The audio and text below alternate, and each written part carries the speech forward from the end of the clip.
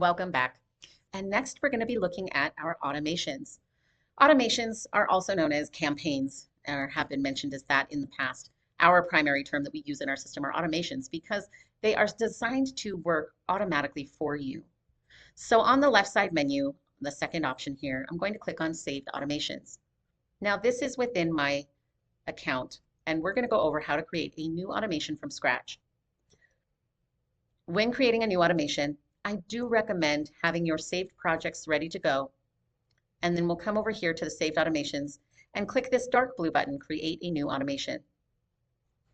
This displays the 5 different types of automations that we have: drip automation, event date automation, birthday, anniversary, and nearest neighbor automation.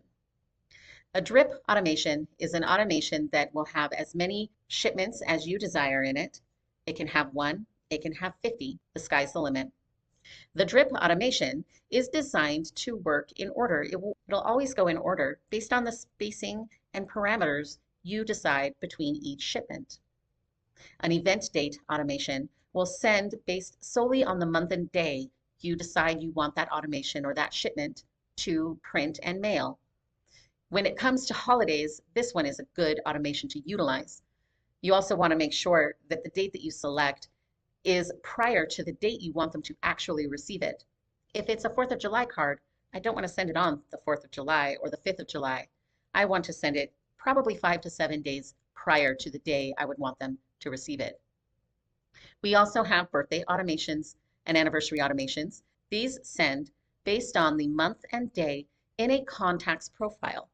We'll put in there, as you recall, we put in there the month and day of a birthday. That is when this will trigger. We also have an anniversary automation that functions the same as a birthday, but with a different month and day set in it. Nearest neighbor automation is tricky. For every one contact that you add to this automation, it is actually going to be sending 5 of the shipments to their nearest neighbors. An example of that is if you have sold my home and want to alert my neighbors that you were successful and got a percentage of asking, you would put me into this nearest neighbor automation.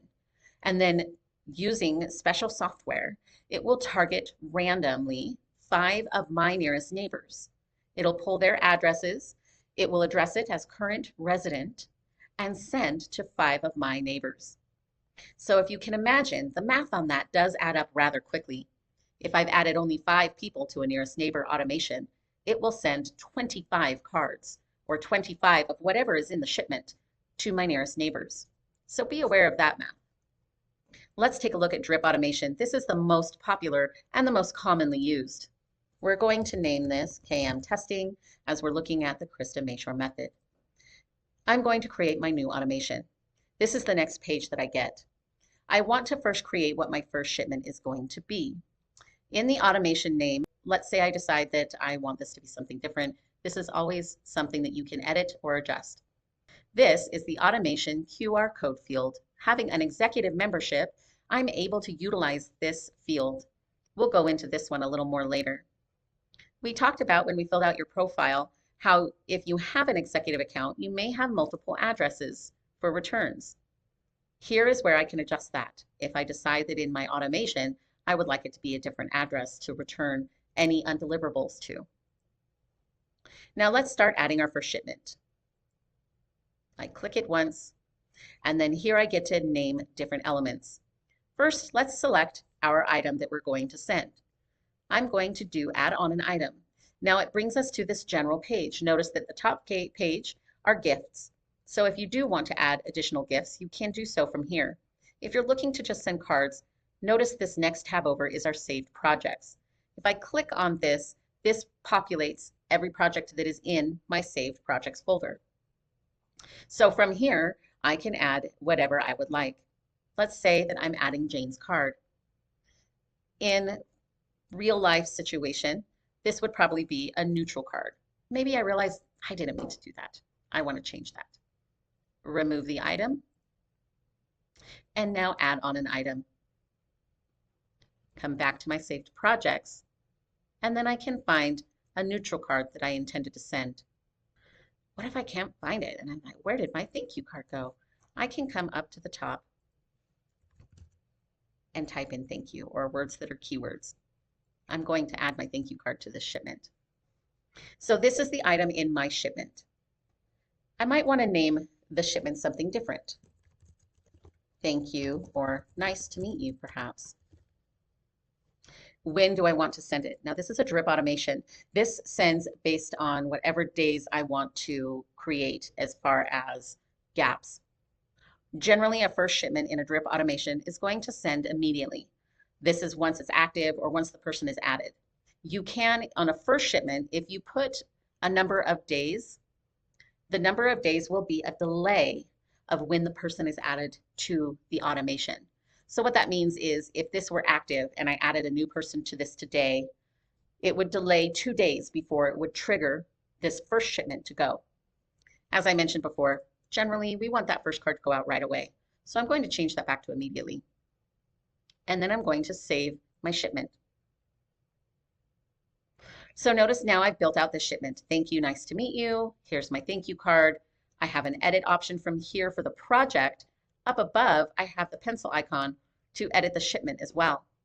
If I realize that was a mistake, I can also remove the shipment. Notice above and below this shipment, I can add any additional shipments to it. So let's say hypothetically that I realize I would rather put an actual nice to meet you card before the thank you card.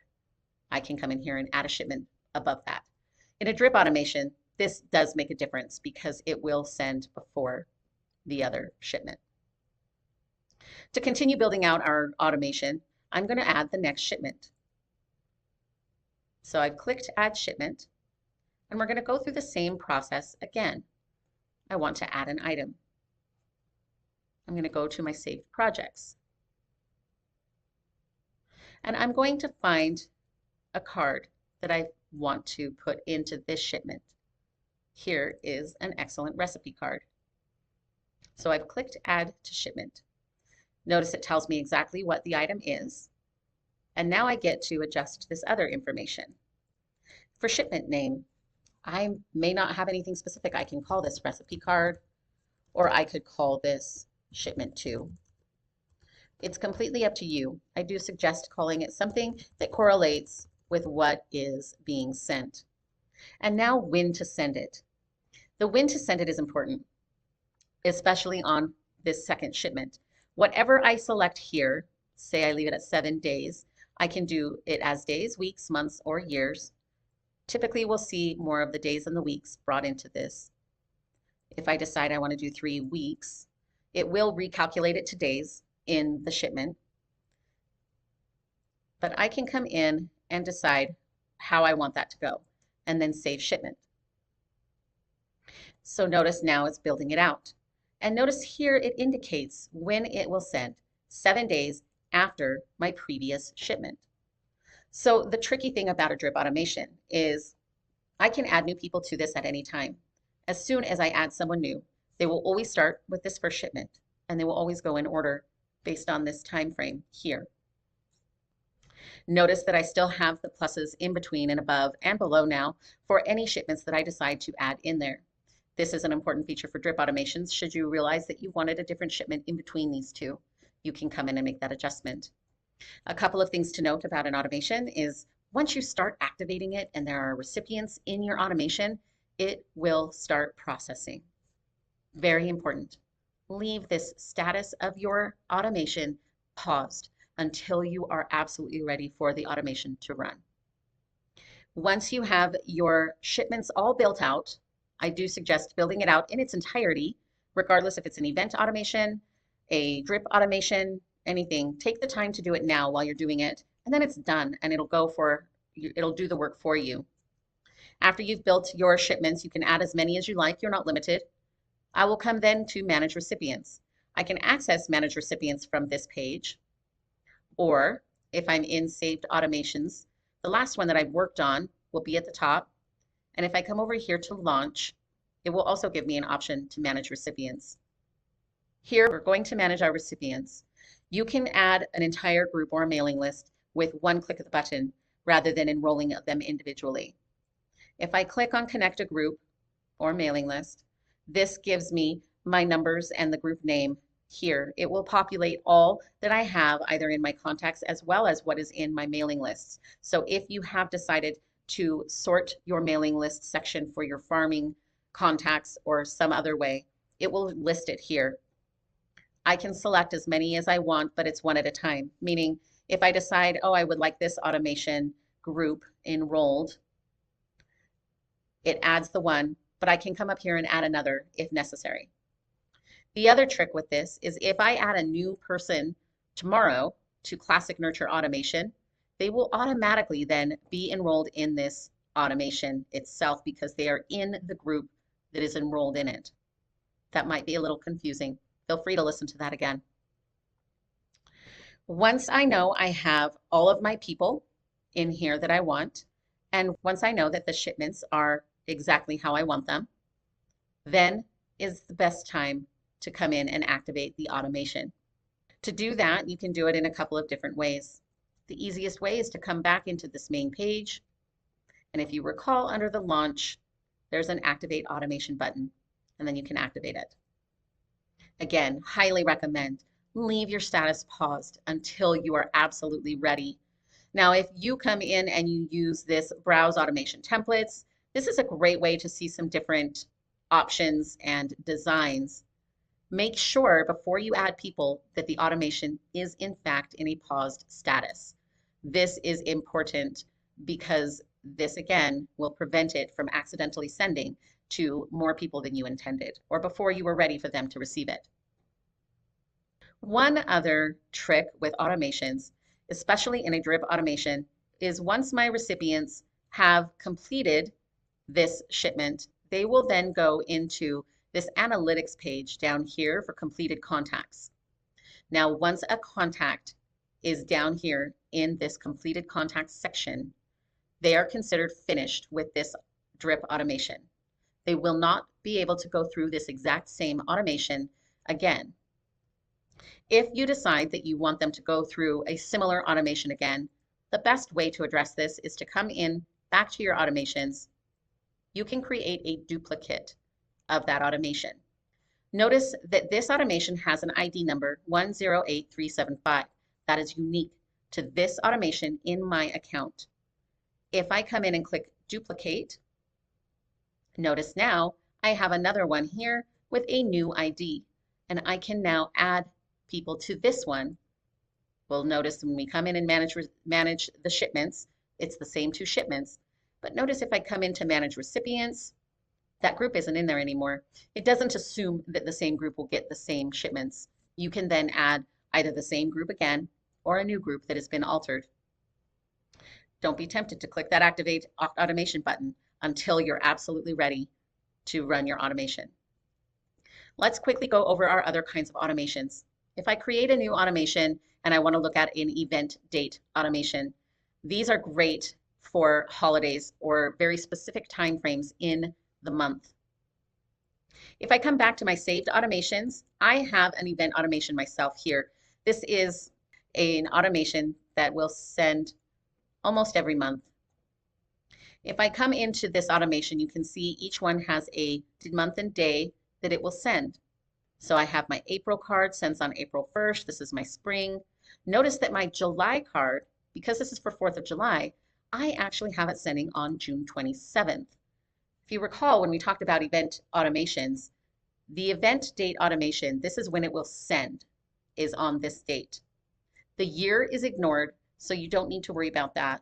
If you need to confirm what day of the week it is, you can change the year here and then select the date there to ensure that you know what date it's going out.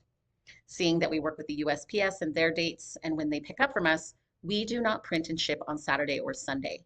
We only print or ship on standard working days. We also acknowledge federal holidays so that you're aware for timing. Once you make a change, be sure to click Save Shipment.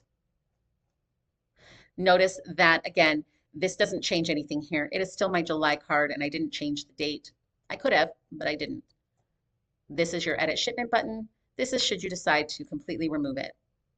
I can put the dates of any of these shipments at any point in this timeline, and it doesn't matter. It will only send based on the month and day. My brain likes it to be in order regardless. So as you can see, we have all of these cards.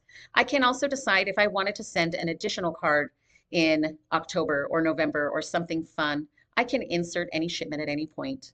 This will always be an event date automation. We don't have a combination of event and drip. You cannot select them in one automation. You can't select the two different types. It's one or the other. Now, if we come back to our saved automations and we're looking at these other ones, we have birthday automation. Birthday automations and anniversary automations function very similarly. I'm going to go show you real quick in a contact. If we come into here, and if I'm looking at one of my contacts details, the birthday and anniversary date down here, this is what and how these automations trigger. So if I have my birthday automation, which essentially is very similar to an event date automation, it is going to send based on the days I select before their birthday. I'll show you what that means. So if you'll notice in this particular one, her birthday is May 4th. If I come into my saved automations and I'm going to take a look at my setup birthday automation, I have mine set to send 7 days before the birthday. Let's look at that and see what that looks like in here. So if I were adjusting my shipment, which you might want to do annually so that they're not getting the same card every year or the same treat, I can come in here and this is when they send. So when do they send? 7 days before or after the birthday. The reason we have after birthday in here is some people like to make sure that they get the 6 months, like the half birthday mark, and that is something that you can set up in here as well. When you have all of your options in there and everything is set, click Save Shipment, and your birthday automation is ready to add recipients. You can come in and add whatever group or mailing list again that you want to connect to it. And then from there, when you're ready, you will activate the automation. Now, one special note, if you add and start a birthday automation and their birthday is less than 7 days from the time that you start it, they will not get that birthday card. You must then manually send it. The parameters in the automation look for those days specifically. So be aware of that and feel free to ask for any help. Anytime you set up an automation, we encourage you, again, to use the chat feature. Check with us. Find out if your automation and your shipments are all set up correctly. We're happy to look at that every time. Thank you for joining me in these trainings. I hope to have one more video for you on tips and tricks and other little side nuggets that will help you be successful. Thank you very much.